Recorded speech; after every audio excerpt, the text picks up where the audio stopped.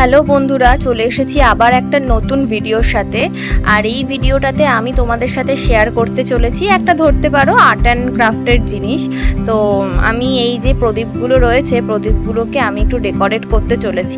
কালী পুজো ঠিক আগের দিন আমি এই প্রদীপগুলোকে কিনে এনেছিলাম। আমার কাছে কালার করার জন্য কিছুই ছিল না, তাই আমি যে খড়িমাটি আছে, মানে যেটা দিয়ে আমরা আলপনা দিই, সেই খড়িমাটি আমি দিয়ে এগুলোকে একটুখানি ডেকোরেট করব। খুব ইচ্ছা করছিল, সেই জন্য ভাবলাম তোমাদের সাথেও আমি এই জিনিসটা একটু শেয়ার করে নিই।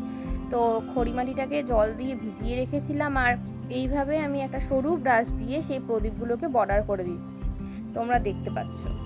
আমাদের বাঙালি হিন্দুদের মধ্যে নিয়ম আছে যে কালী পুজোর আগের দিন হচ্ছে ভূত চতুর্দশী, আর এই ভূত চতুর্দশীর দিনকে কিন্তু আমরা প্রত্যেকে ঘরের মধ্যে 14টা প্রদীপ জ্বালাই বিভিন্ন স্থানে।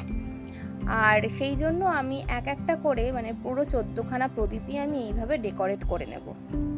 তুলিটা দিয়ে বর্ডার দেওয়ার পরে আমাদের তো প্রত্যেকের ঘরেই থাকে ইয়ারবাডস, তো সেই ইয়ারবাডস দিয়ে আমি 3খানা ডটস দিয়ে দেবো। 3খানা ইয়ারবাডস নিয়েছিলাম, কিন্তু একটু প্রবলেম করছিল, সেই কারণে আমি 1খানা ইয়ারবাড নিয়েছি, আর সেইটা দিয়ে আমি তিনটে করে ডট দিয়ে দেবো।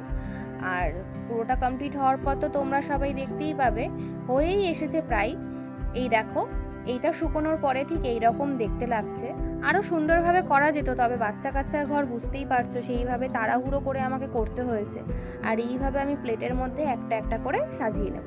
আর হ্যাঁ, অবশ্যই যে কথাটা বলবো, প্রদীপটা কিন্তু ডেকোরেট করার আগে অবশ্যই একটু প্রদীপটাকে ভিজিয়ে রাখবে বা জল দিয়ে একটুখানি ধুয়ে নেবে, তাতে প্রদীপের গায়ে যে ময়লাগুলো থাকে সেগুলোও চলে যাবে, আর তেলও কিন্তু অনেক কম লাগবে। আমি এখানে কিন্তু শুধুমাত্র প্রদীপে সর্ষের তেল দিইনি, তার সাথে একটু মোম দিয়েছিলাম, সর্ষের তেল প্লাস দিয়েছিলাম একটু ঘি আর কর্পূর।